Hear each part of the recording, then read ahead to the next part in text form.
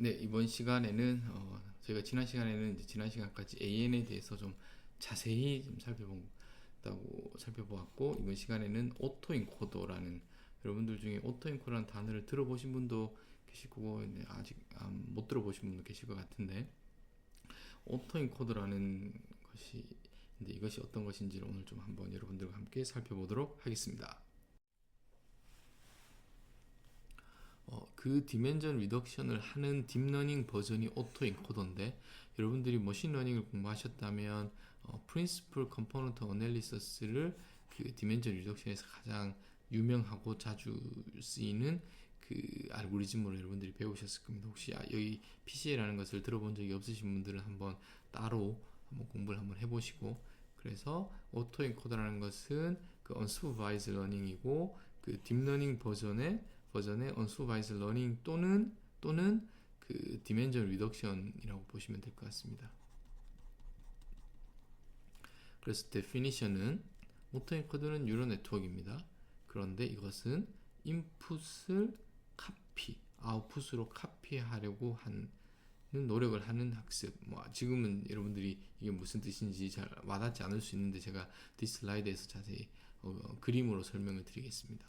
그래서 오토엔코더라는 것은 인코더와 디코더 부분이 있는데, 그러니까 X가 있고 이렇게 어떤 F를 통해서 0 가는 이가 이제 인코더 부분이 되겠습니다. 인코딩을 한으로 이 Z에서 다시 어떤 함수를 통해서 X로 돌아가는데 리컨스트럭션 된 거라고 보시면 돼요. 이거는 이거와 가장 가까울수록 좋은 거죠. 왜냐면 리컨스트럭션 할 거니까. 자, 이러한 구조를 오토엔코더라고 하는데 이 슬라이드만 보면 여러분들이 지금 그 정확하게 큰 그림이 안 보일 것 같습니다. 그래서 다음 슬라이드에서 다시 한번 설명을 드리도록 하겠습니다. 오토엔코더라는 것은 디멘전 리덕션을 하는 딥러닝 버전이다. 그리고 인풋만 있는 거죠. 아웃풋이 없습니다. 그래서 예를 들어서 이건 뭐냐면 이런 시그널이 있는데 제가 그냥 이렇게 세웠습니다. 로테이션해서. 그래서 여기가 인풋이 어떤 시그널 X라고, 이제 여기는 인풋이라는 게 없죠. X만 있는 거죠. X만 있고 저에게 주어진 태스크가 X를 X로 복제하는 ANN 또는 뉴럴 네트워크를 만들고 싶다.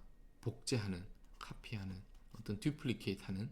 그러면 어떠한 네트워크를 디자인을 하면 될까요? 여러분들 한번 생각해 보시고, 이렇게 네트워크를 짜면 히든 레이어가 없고 인풋 레이어, 그 다음 아웃풋 레이어를 하면 깨끗하게 쓰겠습니다. 그러면 이렇게 뉴런들이 인풋에 들어있고 아웃풋에 있고, 지금 이렇게 서로 연결하면 학습을 하면 당연히 다 일로 학습이 되겠죠. 이렇게 하면 그대로 100% 카피가 될 겁니다. 자, 제가 해서 그럼 인풋을 리커버리를 한 거죠. 근데 디멘전 리덕션 안 한 겁니다. 그리고 이런 구조는 너무나 트리비얼하기 때문에 별로 저희에게는 흥미가 없는. 예. 근데 여기에서 구조적으로 조금의 트릭을 한번 더 해보겠습니다. 어떻게 할 거냐면 이렇게 동일한 x에서 x 해수로 가는데, 여러분들 이런 그림처럼 중간에 이렇게 주먹을 꽉 쥐어 스퀴즈를 했다고 생각을 하면, 그래서 이 네트워크를 스퀴즈를 시켰습니다. 이렇게 스퀴즈를 시켰습니다. 왜 이렇게 했는지는 이렇게 했다고 치면 여전히 저희들의 태스크는 인풋 데이터를 리커버리 하는 겁니다. 그러면 여기 그림처럼 그냥 뉴런이 여기가 2개라고 하죠. 2개. 그럼 여기가 100개라고 하겠습니다. 여기도 100개. 복제를 해야 되니까. X만 있습니다. Y는 없습니다. 복제를 하는 거니까 저희가 여기에서 2개로 줄여들고 요 부분을 보면, 그리고 여기서 이 네트워크를 보면 2개에서 레이어를 거친 다음에 원래 신호처럼 100개로 커지는 거죠. 그래서 이 부분을 인코딩이라고 하고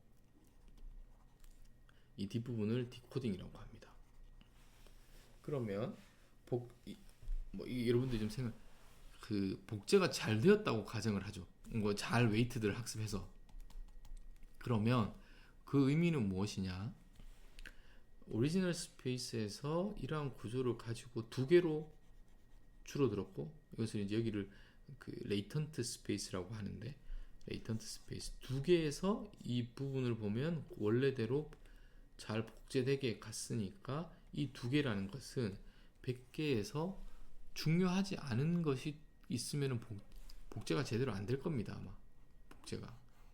그래서 만약에 두 개라면 뭐 개수는 중요하지 않지만 이제 원래 오리지널 스페이스보다 개수가 더 적겠죠.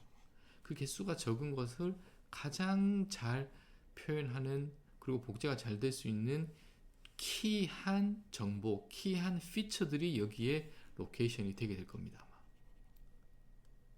그러겠죠. 그런데 이것은 여기서 중요한 것이, 그래서 피처 익스트랙션을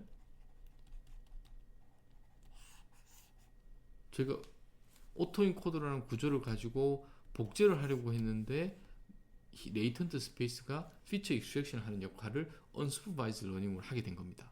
저희가 가르쳐 준 게 없어요. 뭐 어떤 피처가 여기서는 더 중요하다고 그렇게 이야기한 적이 없고, 이러한 리컨스트럭션을 하고 싶은데 구조적으로 이런 컨스트레인을 준 겁니다. 그랬더니 여기 어떤 그 저희가 결과적으로 어떤 피지컬한 미닝들, 중요한 피처들이 데이터가 컴프레스 되는 것이고 디멘전 리덕션이 되는 이러한 다양한 기능들을 할 수 있게 되는 거죠. 이게 오토인코더입니다. 아시겠죠?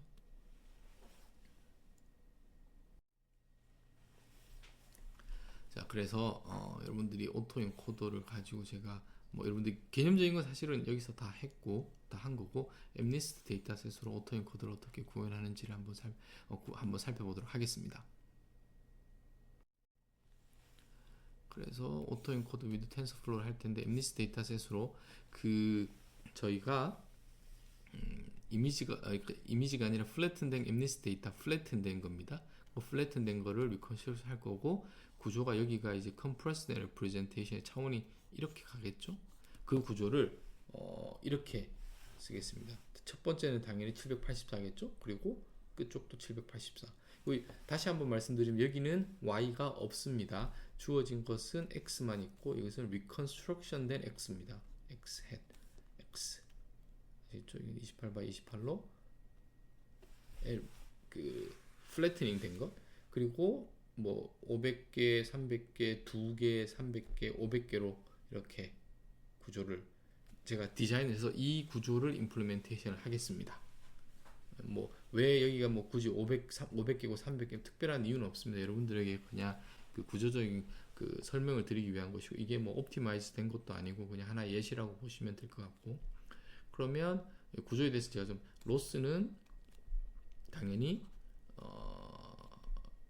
뭐 제가 표현을 x라고 하죠. 뭐 x에서 타겟 에서 뭐 x 해시라고 좋고, 이 두 개의 로스를 최소로 하는, 미니마이제이션 하는 것이 옵티마이제이션의 로스로 디파인을 할 거고. 자, 그러면 여러분들이 자주 하는 질문 첫 번째, 구조는 이렇게 대칭적이어야 되느냐? 대칭일 필요는 없습니다. 근데 제가 그럴 때마다 대칭이 아닐 이유도 없는 것 같습니다. 이제 인코딩을 하고 디코딩을 하는 거니까. 그게 첫 번째 질문이고, 두 번째는 예를 들어서 여기가 3이면 그러니까 웨이트가 3으로 학습이 되었다면 여기는 시메트릭 하니까 3분의 1이 아니냐, 인버스의 관계니까. 그렇게 여러분들이, 그래서 뭐 여기가 뭐 예를 들어서 이게 5였다 그러면 이러지 않을까라고 여러분들이 생각하실 수 있는데 그렇지 않은 게, 왜냐하면 이 뉴런마다 뭐 예를 들면 렐루 또는 그 시그모이드 펑션의 어떤 넌리니어 이퀘이션 펑션이 있기 때문에 이 방향성이 지금 다른 거겠죠. 이렇게 이 방향으로 흘러가니까. 그래서 그 웨이트들이 그냥 심플하게 어떤 역수나 또는 인버스 관계는 아니다. 왜냐하면 방향성이 있는 넌리니어 액티베이션을 여기서 이 방향으로 흐르기 때문에. 오늘 한번 여러분들 한번 고민을 한번 해보시기 바랍니다. 자, 그래서 저는 요 구조를 정확하게, 그러니까 지금 우리가 AN을 했기 때문에 이거는 뭐 구현을 하는 거는 똑같습니다. 그냥 레이어의 개수만 다르게 해주는 거고, 이렇게 하고 나서 여기에 대한 저희의 이 구조에 대한 물리적 의미를 저희가 디멘전 리덕션, 피처 익스트랙션의 그리고 representation in the latent space의 의미를 제가 어사인을 하게 되는 것이고, 예. 자, 그래서 그리고 제가 1, 5, 6만 활용을 할 텐데, 왜냐하면 이 구조에서 두 개의 뉴런만을 제가 데모를 썼습니다. 왜냐하면 비주얼라이제이션, 레이턴트 스페이스를 제가 한번 비주얼라이제이션 하고 싶어서. 그런데 엠니스트 데이터셋은 0부터 9까지니까 그러면 많이 오버랩이 됩니다, 이 데이터들이. 그래서 1, 5, 6의 세 가지만 제가 활용을 해서 쓰도록 하겠습니다. 그래서 구현을 하는 것은 제가 주피터 노트북에서 한번 여러분들과 함께 한번 구현을 해보고, 구현이 잘 되었다고 가정을 했을 때 테스트하고 이밸리에이션을 해보면 그 테스트 배치메이커에서 하나만 가지고 오고 그 학습된 걸 가지고 리컨스트럭션을 해보면 이런 인풋 이미지에서 이렇게 리컨스트럭션이 됩니다. 이걸가 인풋으로 들어오면 이렇게. 근데 지금 보시면 잘 안 되죠. 그래서 일반적으로는 블러합니다. 블러한 어떤 그래서 정확하게 여러분 우리가 원하는 것처럼 깨끗하게 리컨스트럭션이 되진 않습니다. 그런데 여기서 리컨스트럭션이 목적일 수도 있고 피처 익스트랙션이 목적일 수도 있습니다. 그래서 이 경우에는 피처 익스트랙션이 의미 있는 피처를 뽑기 위해서는 여러분들이 그것을 결정하는 인덱스가 뭐냐면 얼마나 컨스트럭션이 잘 되는지에 대한 것들을 확인을 해야겠죠. 그게 퍼포먼스니까. 컨스트럭션이 잘 되는 것을 확인한 후에 레이턴트 스페이스의 그 뉴런들의 값들이 피처가 되는 겁니다. 네. 아시겠죠? 자, 지금까지는 이 구조에서 카피가 첫 번째였고, 그러다가 이 레이턴트의 구조가 피처라는 것까지 왔습니다. 그런데 또 다른 것이 레이턴트 스페이스의 어떤 디스트리뷰션을 한번 보면 지금 레이턴트 스페이스가 두 개입니다. 뉴런이 두 개. 그러니까 제가 그것을 예를 들면 C1, C2라고 하겠습니다. 그것을 C1, C2 그렇게 해서 1, 5, 6에 대한 엠니스 데이터가 784개 차원이겠죠? 그것을 1, 5, 6에 해당하는 것을 2차원의 레이턴트 스페이스에 뿌려보았더니 500개의 데이터를 뿌려보았더니 레이턴트 스페이스가 예를 들면 5라는 숫자는 이렇게, 6이라는 숫자는 이렇게, 1이라는 숫자는 지금 뭘 제가 말씀드리고 싶으냐면 784라는 디멘전이 상당히 많은 부분들이 리던던트 하거나 디펜던트 하다는 거죠. 왜 지금 두 개로도 어느 정도 이 세 개의 그룹을 표현을 할 수 있는 거니까. 제가 지금 두 개, 세 개, 네 개 그것을 얘기하는 건 아니고 차원을 줄였음에도 불구하고 어느 정도는 중요한 요소들을 다 킵하고 있는 거죠. 이게 무슨 말이냐? 예를 들어 이렇게 숫자가 있다고 했어요. 여기에 있는 픽셀들의 값들은 대부분 다 0일 겁니다, 아마. 그래서 이 정보들은 사실은 중요하지가 않죠. 그렇게 해서 리던던트한 것들이 제거가 되는 것이고, 그리고 이러한 패턴들을 하는 디펜던트한 것들이 해서 인디펜던트한 것들을 두 개로 줄였더니 이런 신기한 현상들이 일어나는 거죠. 이게 첫 번째고, 또 두 번째 또 메시지는 예를 들어서 그러면 이거에 대한 의미가 뭐냐? 아무런 물리적 의미가 없습니다. 이것이 어떤 의미에서는 오토 엔코더에서 차원 축소를 하면 비선형적으로 해서 큰 장점이 있고 unsupervised learning에, 하지만 결정적인 단점이 무엇이냐면 이것에 대한 물리적인 의미를 저희가 전혀 알 수 없다는 것. 또 학습을 할 때마다 이 분포가 다르게 나올 겁니다. 학습이 다르게 될 테니까. 지금 이렇게 세 덩어리로 나누어는 지겠죠. 하지만 학습을 할 때마다 이 레이턴트 스페이스의 이 것들이 달라질 수 있다는 것. 그래서 여러분들이 한번 고민을 해보시기 바랍니다.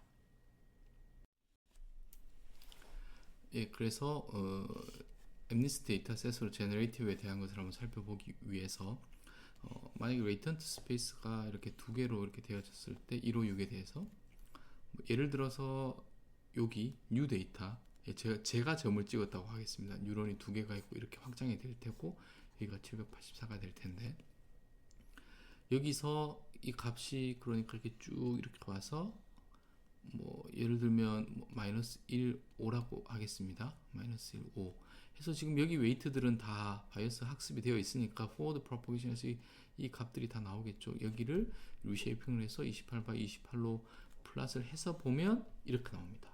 Generated Fake Image인 거죠. 그런데 제가 여기 주황색이 있는 이쪽 클러스터에서 값을 하나를 가지고 왔는데 보면 여기에서 데이터가 있으니까 지금 보면 페이크 데이터가 거의 5와 비슷하죠. 근데 이 5는 트레이닝 데이터셋에 있었던 5가 아니라 5라고 우리가 생각할 만큼 뭐 여기 좀 뭐 페이크의 5를 제가 생성한 겁니다. 생성한 겁니다. 아시겠죠? 뭐 이 5에 대한 뭐 정확하게 이게 깔끔하지 않은 5에 대해서는 일단은 그거는 이제 좀 지금 5 같은 비슷한 페이크의 데이터가 5가 생성되었고 이것은 얘가 제가 여러분들 5가 만약에 필요하다 그러면 점을 무수히 많이 찍으면 됩니다. 여러분들이 6이 필요하다 6을 여기서 찍으면 됩니다. 데이터를 제너레이트 할 수 있고 이것은 결국 우리가 데이터 오그멘테이션하고도 연결이 될 수 있겠죠. 데이터 오그멘테이션을 할 수 있는. 그리고 그 데이터 임밸런스 문제가 있을 때 부족한 부분의 데이터를 이러한 식으로 데이터를 생성할 수 있다면 부족한 부분을 채울 수가 있겠죠. 자, 그래서 지금 이런 그 제너레이티브 하다는 것, 저희가 지금까지 생각했던 것들은 예를 들어 인풋과 뭐 슈퍼바이즈 러닝이 되었던 했을 때 뭐 패턴을 학습을 하게 되고 이러한 인풋이 오면 제가 기존에 알고 있던 데이터의 패턴에서 이것은 아웃풋이 이런 걸 거와 가장 이런 패턴일 거라는 그런 경향성이라든지 어떤 패턴을 보는 것이면 이것은 그것이 아니라 지금 말하는 것은 오토엔코더에서 차원 축소 스토리를 갖고 그 디코딩을 이용해서 제너레이트 할 수 있는 것은 전혀 다른 제가 5를 만들어낼 수 있는 겁니다. 1을 만들어낼 수 있고 아시겠죠?